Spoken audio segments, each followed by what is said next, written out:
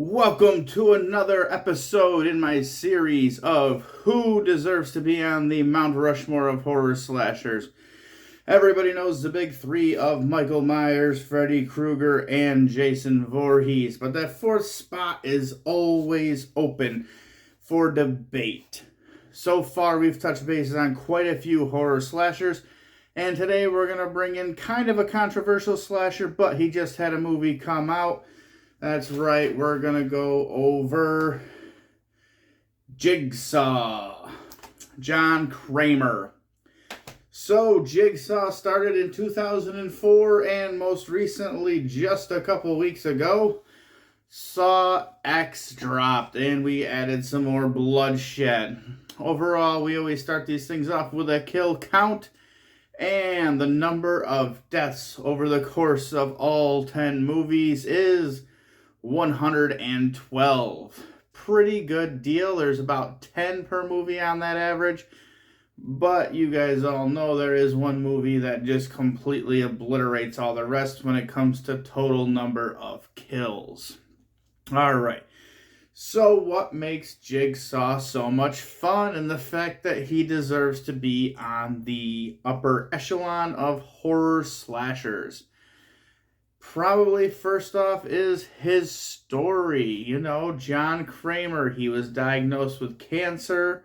There was some hiccups along the way, so it wasn't caught early, and when he found out, it was too late. So he decided to make it his life's work that he would take people who did not value their life as it is and put them in a series of traps, mind games, chances to fight for their own life. Kind of a neat little concept, the one where Jigsaw is not really the killer. He's just putting these people in an opportunity to save their own life, and if they choose not to, they're technically killing themselves. Maybe. It's kind of debatable, but it is a fun story for a serial killer because he's trying to teach you a lesson, and if your life is worth fighting for, you will do that. Also, part of his story that makes him so unique and fun is all the traps. So, when you watch the original Saw, we see a few different traps in that one, but then the series kind of just turned into what awesome trap can we come up with, and what can be kind of grotesque, disgusting, and everything else. And you got more and more elaborate traps. Now, I'm not going to make a list and go through every single trap that there is in the Saw movies, because by golly, I think we'd be here for about an hour. So, I wrote down probably the 12 most memorable or most fun traps there are in the movies. Kicking off first at number 12 is going to be the horsepower trap. So, if you remember the horsepower trap from the final chapter, that's where we have a guy glued to his seat. His girlfriend is underneath the wheel that's propped up. There's a person behind him, and more or less his object is to tear his body from the seat, which will rip the skin off his back, so that he can punch the vehicle forward before time drops and everybody dies. Number 11 is the pendulum trap, with the guy attached to a table with a pendulum swinging, and he has to inflict pain in his own hands in order to get released, and we watch him get sliced in half. The cycle trap from the movie Jigsaw was just the kind of the red circles all around the guy as he's kind of encombed in it as it's spinning around real fast. Kind of an awesome looking trap. It's an okay idea, but it's still fun. Number 9 is the Venus fly trap. If you remember, I think it was the second one, the guy had the key underneath his eye, but he had the mask over on both sides, and you could see that when it slammed shut, there was a bunch of spikes, and he had to cut the key out of his own eye in order to be able to get the lock off to remove the trap. All right, we have the silence circle, which I was reading online was very memorable to a lot of people. I didn't really find it to be super memorable myself, but to each their own. We have the classroom trap, which is extremely memorable. I think it's in Saw 4. You have the guy in the classroom with the chains hooked up. He's got him behind his Achilles tendons. He's got him in his arms, his back. He's got one right through his jaw. And he more or less has to pretty much rip them all out to get there. Not sure if there's a good lesson with that one. Next, I'm going to go with the angel wings trap, which was the detective who had the clamps on her chest, and there was a key above her. She had to put her hand in acid in order to get the key out to release herself, and she does not get to because this trap is set to malfunction on purpose to rip her apart. Alright, we have the razor wire maze. From the first Saw, you see the guy who's a little bit heavier set, and he more or less has to run his way through a wire maze to get out. Yeah, that seemed like it was kind of unfair, but still a fun trap. Alright, from part 2, we have what some people consider the most cringiest trap to watch because people don't like needles, and that's the needle pit, where they had to go into a needle pit to retrieve a key to unlock something to get serum so they'd be able to survive in the house. And obviously, if you remember, the big jack dude throws Amanda in there, and you can see all the needles sticking out of her and stuff. Alright, number 3. Top 3 now. And the rack. In part 3, the guy had his son killed, and the person who hit his son and ran and then got away with it, you see in a trap where his feet are trapped, his arms are trapped, and his head is trapped, and it continually ticks and ticks and ticks, and it turns these parts inside out, and you watch the bones snap and pierce through the skin. A very awesome trap. Number 2 is the shotgun carousel, where you see people literally on a children's carousel spinning around, and the shotgun shoots, whether it's blanks or it's bullets, to see who's going to die. And of course, number 1 is the most famous Saw trap of them all, the reverse bear trap. So it's on her face, kind of hooked up like this, and as the timer goes off, it's going to and rip apart your face, which we do get to see happen to a ceramic doll head, and we partially get to see it happen to Mr. Hoffman. Alright, so going on from that, next for me, it's going to be the fact that the Saw franchise, I would say, kind of kicked off a new genre of horror at the time, which is called the torture porn. Torture porn stands for the ability to put on as much realistic-looking, disgusting, gross-you-out stuff as possible to make it kind of disturbing, to the point where a lot of the movies don't really have a story or what they're saying. The main goal is, look at the gross shit we can put on TV for you. Isn't it amazing? And all the Saw movies follow this, more or less right after the first one. The first one didn't really go for that, but it kicked off the genre, and then you had movies like Hostel, and we saw a lot more movies come out around that same time that were just kind of in this realm of torture porn, of, like I said, how disgusting can we make it? Can we gross you out, make you squeamish? And ironically, those are the kind of movies that I like to see. Alright.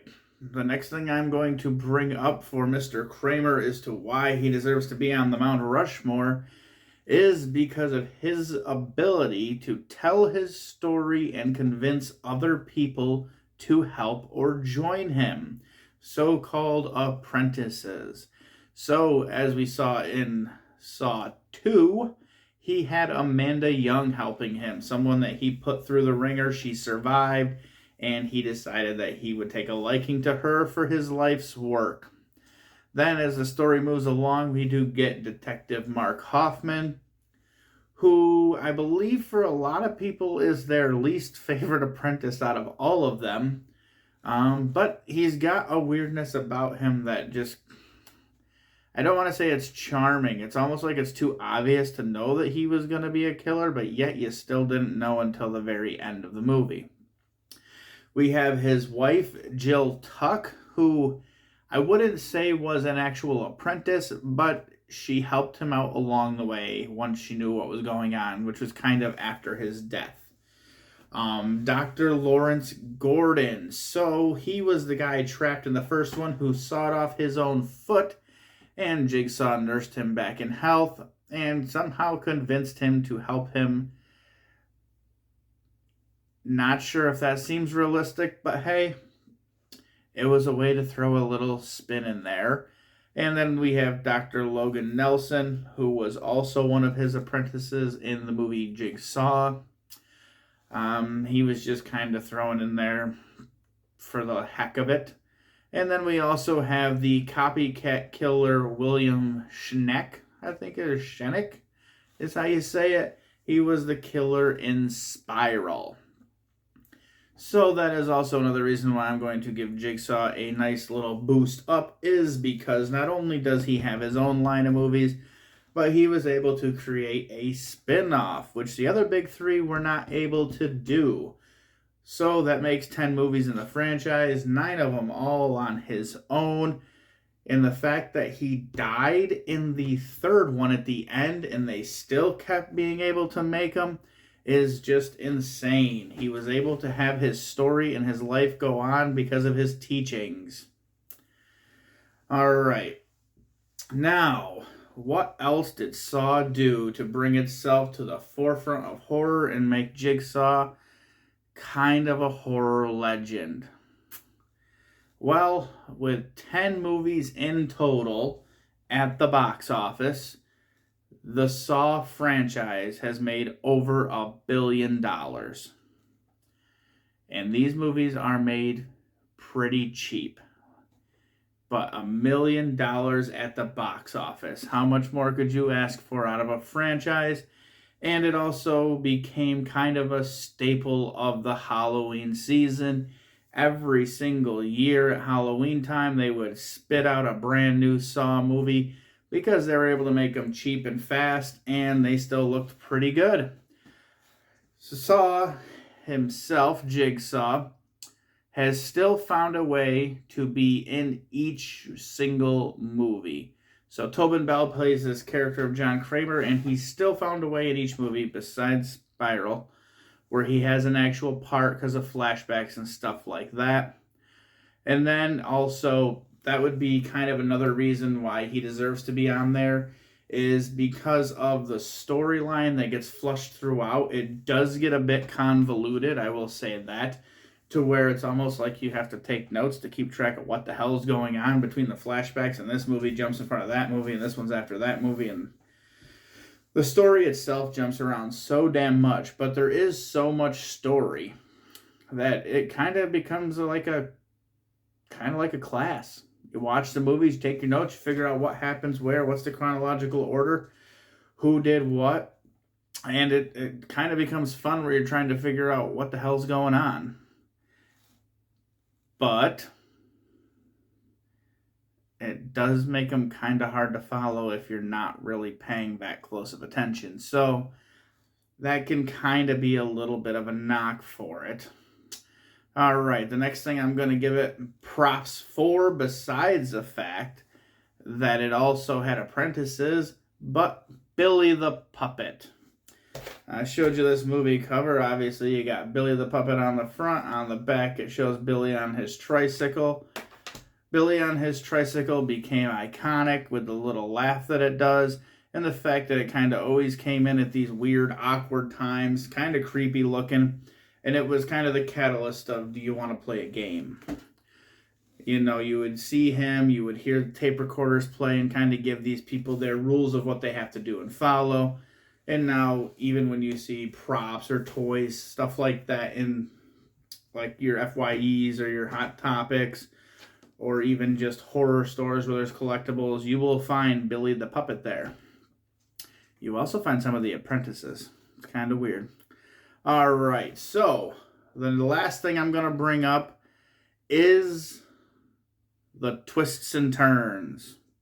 So Saw was a movie that had that twist ending that if you haven't seen by now, I'm shocked for one, but I won't ruin it here and tell you all the twist endings because it was what kicked off kind of that holy crap, you didn't see that coming out of left field kind of swerve.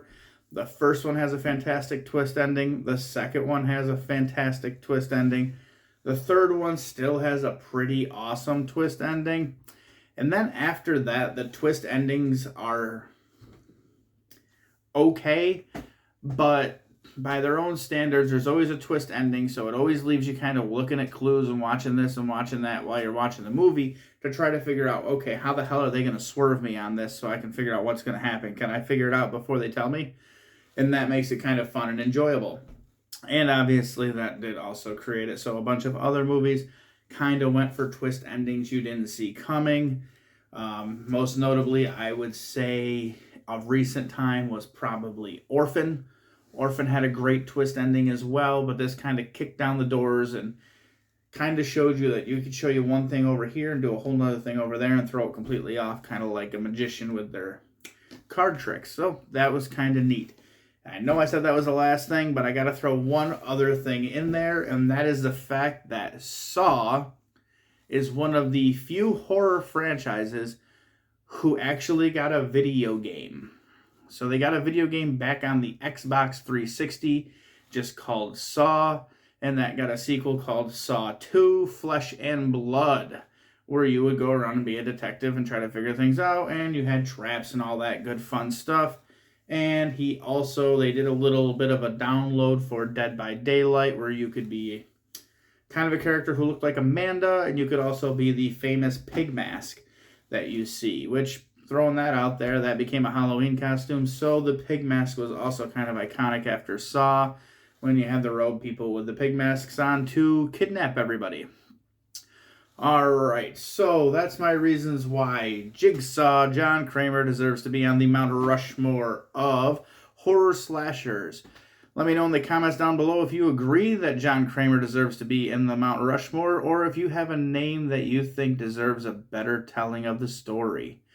Till the next one, guys, rest in peace.